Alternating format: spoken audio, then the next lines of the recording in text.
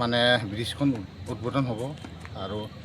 তাৰ কাৰণে কি ক'ম ধন্যবাদহে দিব লাগিব মুখ্যমন্ত্ৰী ছাৰক ধন্যবাদ ছাৰ আমাৰ এই অঞ্চলত বহুত টুৰিজিমৰ কাৰণে সমস্যা হৈ আছিলে মানুহ চন্দ্ৰপুৰৰ পৰা 5 বজাৰ পৰা ৰাতি 2টা বজাত পোৱা ৰেকৰ্ড আছিলে আজি সেইখিনি আমি হোৱাৰ কাৰণে খুব সুবিধা পাম আমি অলপ ইনকাম কৰিবলৈ সুবিধা পাম আৰু আমি আগবাঢ়িবলৈ সুবিধা পাম এই ব্ৰিজখন হোৱাৰ কাৰণে আমাৰ বহুত টুৰিজিমটো আগবাঢ়ি যাব ছাৰ ধন্যবাদ দিছোঁ ধন্যবাদ ছাৰ ধন্যবাদ পূৰা কমি যাব মই 100% কমি যাব মানে এই অঞ্চলৰ মানে কি আয়ুৰেখা বাঢ়ি গ'ল তাৰমানে এই জেগাখিনি গোটেই অঞ্চলটোৰ আয়ুৰেখা বাঢ়ি গ'ল এই ব্ৰিজখনৰ কাৰণে আৰু মোৰ মুখ্যমন্ত্ৰী ছাৰক কম সময়ত শুদ্ধ ডিচিশ্যন ল'লে তেওঁ আৰু কম সময়ত কামখিনি হৈ গ'ল যিহেতু আমি ভাবাই নাছিলোঁ আমি ভাবিছিলোঁ যে 5-6 বছৰ 10 বছৰ লাগিব নেকি কিন্তু 2 বছৰৰ ভিতৰত যে কামখিনি যে ক্লিয়াৰ কৰি দিয়ে ছাৰে